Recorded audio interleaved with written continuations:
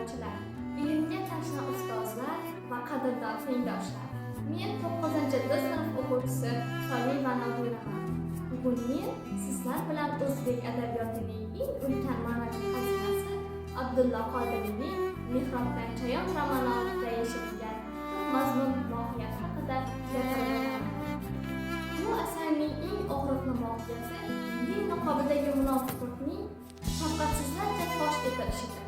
Bu asar bizga shunday ochiq haqiqatni ko'rsatadiki, gohida insonlar eng pokiza, eng muqaddas deb bilgan joy mehrob ortida shaxsiy manfaati uchun ilonlar el qilgan bo'ladi. Solih mahkum kabi dindorlar timsolida muqaddas tuyg'ulari o'z manfaati yo'lida qurol qilgan, hatto o'z jigarbandining vaqtini dunyo matosiga qo'zg'ab yuboradigan iymonsiz kimsalarning asl basharasi tuzguda ko'rsatgandek ochib tashlanadi. Asarning ikkinchi ulkan mavzusi bu ilm va jaholatning, yorug'lik va zulmatning, hayot-mamotning, Anvar va Ra'noning o'sha go'zal sevgisi shunchaki tuyg'u emas,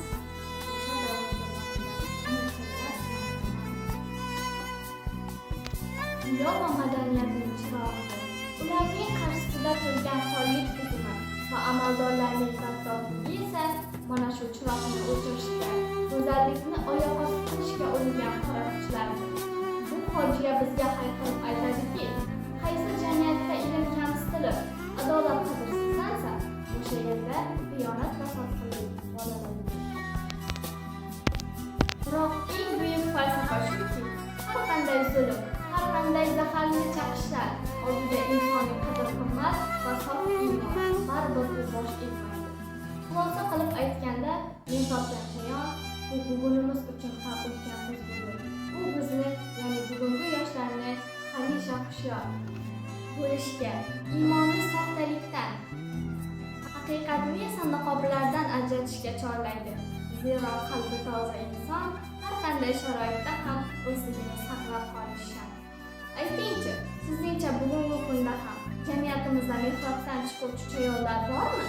E'tiboringiz uchun rahmat. Siz bilan Soliyeva Nodira.